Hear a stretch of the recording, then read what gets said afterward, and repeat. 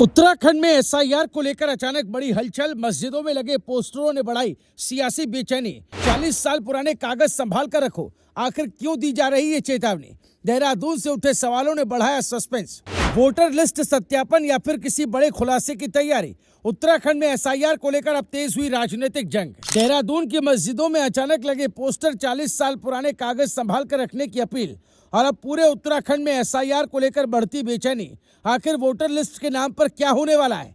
क्या सिर्फ सत्यापन या फिर इसके पीछे छिपी एक बड़ी राजनीतिक जंग? ईटीवी भारत उत्तराखंड की वेबसाइट में छपी खबर के मुताबिक देहरादून के पलटन बाजार समेत कई इलाकों के मस्जिदों में ऐसे पोस्टर लगाए गए जिनमें लोगों से अपने पुराने दस्तावेज, पहचान पत्र, निवास प्रमाण और वोटर लिस्ट से जुड़े कागज सुरक्षित रखने की अपील की गई। पोस्टरों में 40 साल पुराने दस्तावेजों का जिक्र होने के बाद राजनीतिक गलियारों में हलचल और तेज हो गई। अब सवाल उठ रहा है कि आखिर अचानक इतनी तैयारी क्यों? क्या उत्तराखंड में वोटर लिस्ट को लेकर कोई बड़ा एक्शन होने वाला है? एसआईआर यानी स्पेशल इंटेंसिव रिवीजन आने वाले दिनों में बड़ा राजनीतिक मुद्दा बनने जा रहा है। दरअसल चुनाव आयोग की एसआईआर प्रक्रिया के तहत मतदाता सूची का व्यापक सत्यापन किया जाता है। इसमें ये जांच होती है कि वोटर वास्तव में उसी इलाके में रहते हैं या नहीं। कहीं एक ही व्यक्ति का नाम 2 राज्यों या कई जगहों पर तो दर्ज नहीं, और कहीं फर्जी या संदिग्ध एंट्री तो नहीं की गई। यही वजह है कि उत्तराखंड में इस प्रक्रिया को लेकर सियासी तापमान लगातार बढ़ता जा रहा है।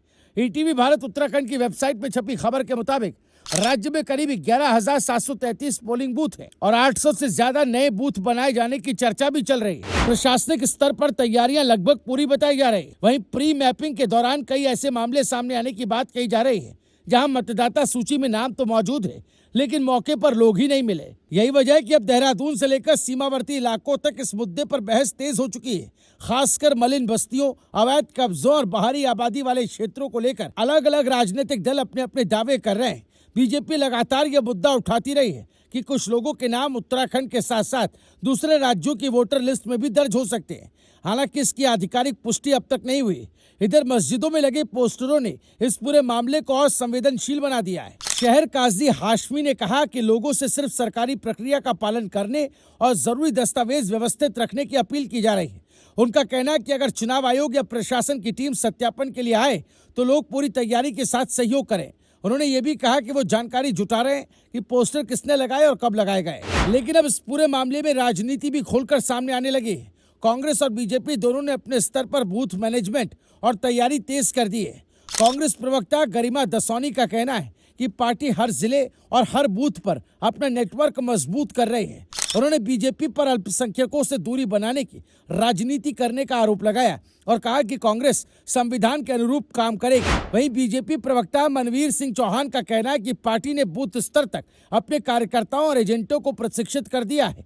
बीजेपी का जोर ऐसे मतदाताओं की पहचान पर है जो लंबे समय से संबंधित क्षेत्र में नहीं रह रहे हैं या जिनके नामों को लेकर विवाद की स्थिति बन सकती है। बीजेपी का कहना है कि वोटर लिस्ट पूरी तरह पारदर्शी और त्रुटि रहित होनी चाहिए। अब सबसे बड़ा सवाल यही कि क्या उत्तराखंड में एसआईआर सिर्फ एक प्रशासनिक प्रक्रिया बनकर रह जाएगी या फिर आने वाले दिनों में ये राज्य की सबसे बड़ी राजनीतिक बहस बन सकती है।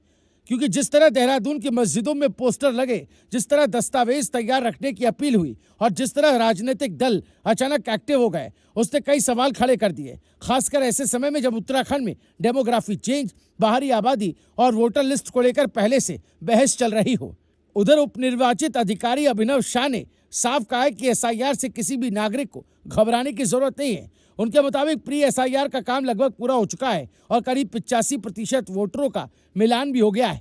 उन्होंने ये भी स्पष्ट किया कि प्रशासन की ओर से 40 साल पुराने दस्तावेज मांगने जैसी कोई बात नहीं की गई है। अगर कहीं इस तरह के पोस्टर लगे हैं तो उसकी जानकारी जुटाकर कार्रवाई की जाएगी। लेकिन अब जनता के मन में सवाल यही है, अगर 40 साल पुराने कागज नहीं मांगे गए तो फिर मस्जिदों में ऐसे पोस्टर क्यों लगे? आखिर किस आशंका के चलते लोगों को दस्तावेज संभालने की सलाह दी जा रही? और क्या आने वाले दिनों में उत्तराखंड में वोटर वेरिफिकेशन को लेकर और बड़ा विवाद देखने को मिल सकता है? फिलहाल इतना तय कि एसआईआर ने उत्तराखंड की राजनीति में नई हलचल पैदा कर दी है।